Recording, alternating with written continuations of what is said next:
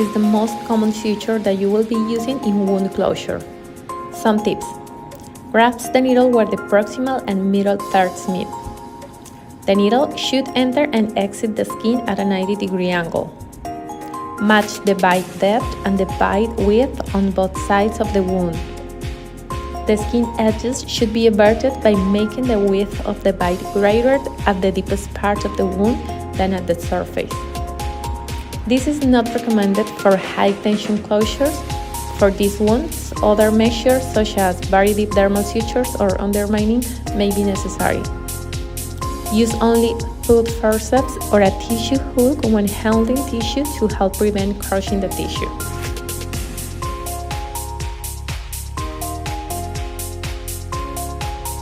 Simple bari suture is the suture that we will use for placing deeper sutures to reapproximate the skin before putting the skin suture in, usually with observable suture. So, we start deep and then go superficial and up in the dermis, taking care of not piercing the skin. And then on the opposite side, we're gonna do the opposite. We're gonna go superficial and then deep. Make sure you are entering the same place where you exit on the other side. So, just as superficial as you are on one side, you must be superficial on the other side. At the end, both threads of the suture are now deep. It is important that both ends are on the same side of the loop. When tying the suture, we will gently pull it along the length of the wound. This method helps us to reduce tension on the skin, making it easier to bring the wound edge together and achieve a nice skin closure.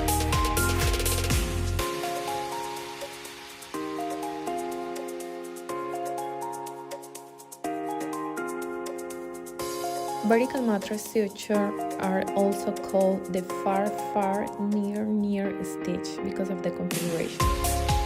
You're gonna enter far from the wound, travel under the skin, on the bottom of the dermis, and go far away about the same distance on both sides. And then you're gonna turn the needle around, come back and do the near to the incision. What this does is to pull the tissue between both cells together and are useful in order to take tension off when there is a lot of swelling, edema, or in wounds with a higher risk of dehiscence.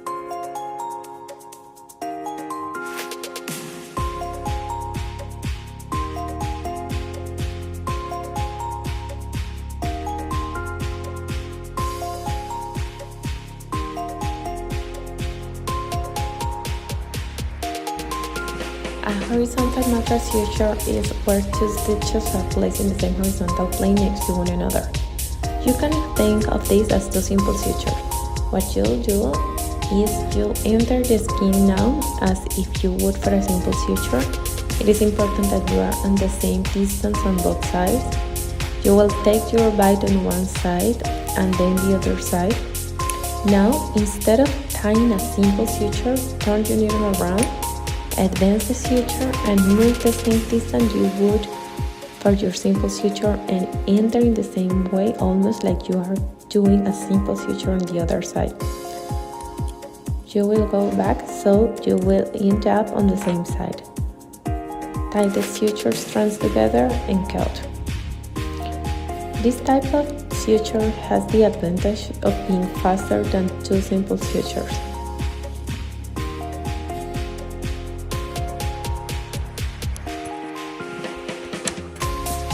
A variant of the horizontal mattress suture is the half-buried mattress. So you start in one side in a horizontal mattress way, and then on the opposite side, you remain within the dermis in a horizontal manner, employing a subcuticular approach. Then you come back and you exit in a horizontal mattress way again. When you tie the suture, you will only have marks on one side. We use this technique a lot in plastic surgeries if there is an area where you don't want suture holes, for example in flaps, where you want to avoid to interrupt the blood supply. This is a simple running suture. We're going to start with a simple suture. You will tie your first one with your instrument tie. Make sure your suture is the right length for the task. Long enough for the job, but not so long that it becomes difficult to handle. Now, we're going to move along the same distance each time. You enter the skin in one side, and on the opposite side, again, enter just in front of the exit. Don't forget to take a 90 degrees bite each time to divert the wound. Next, the most important is to take the exact same bite each time and advance the same amount each time. When pulling up, be gentle just so that the skin edge touch. Putting up on the suture very hard, it is just ischemic and can cause a bad scarring.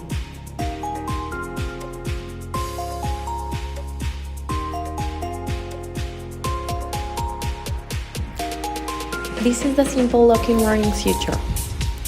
First, you take simple bites and tie your first one with an instrument tie. The same as simple running suture, you advance into the wound, make your first stitch by taking a bite and the second bite on the opposite side just in front of the exit. The difference here is that you can lock the stitch each time. Before you pull up completely through, you take the needle and you pass it through the loop.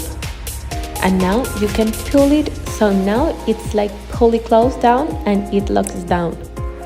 And then you go ahead and take your next stitch.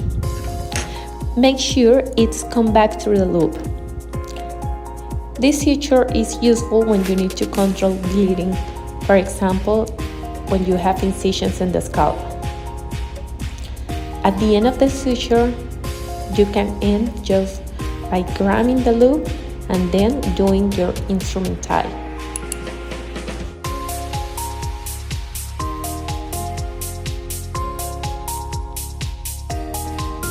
This is the subcuticular running suture. If you use absorbable suture, you can start by burying the knot. So you will go deep in the corner away from the skin and you will do your instrument tie. This allows the knot to be buried. Now with the knot deep, you're gonna go deep and then superficial.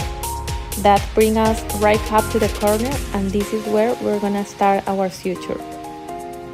Just in the epidermal dermal junction, you should make horizontal bites to advance. The key here is to make consistent bites on each side, maintaining the same depth and the same amount of tissue each time. Your needle should enter right in front of where it exits without going too far backward or forward to prevent the wound from puckering or creating a dog-ear deformity at the end of the suture. In the subcuticular running suture, the skin is closed without leaving any suture material outside the wound. This is why this technique results in a more cosmetical closure. At the end, you will bury your knot again. To bury the knot, thread the strand through the loop and create a new loop. Tighten it until the end and repeat this process 3 times. Finally, pass the strand completely through the loop and tighten. Now take the needle deep into the dermis, bring it out farther away to bury the knot.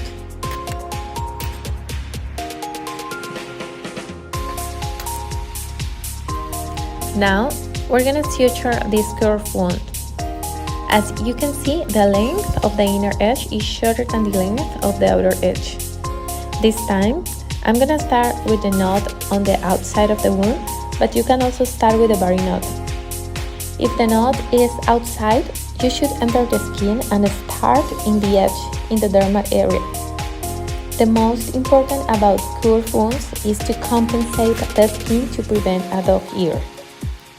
In this case, we will close it using a subcuticular running suture.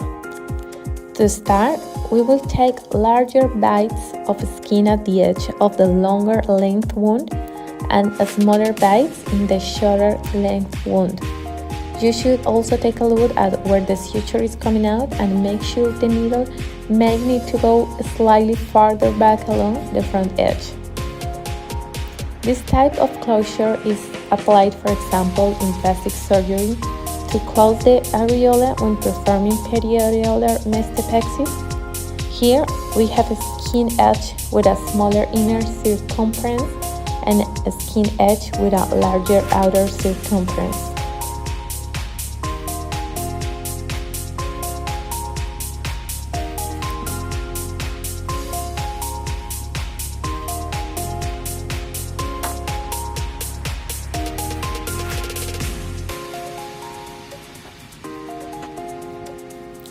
The Y-shape laceration is a little bit more complex.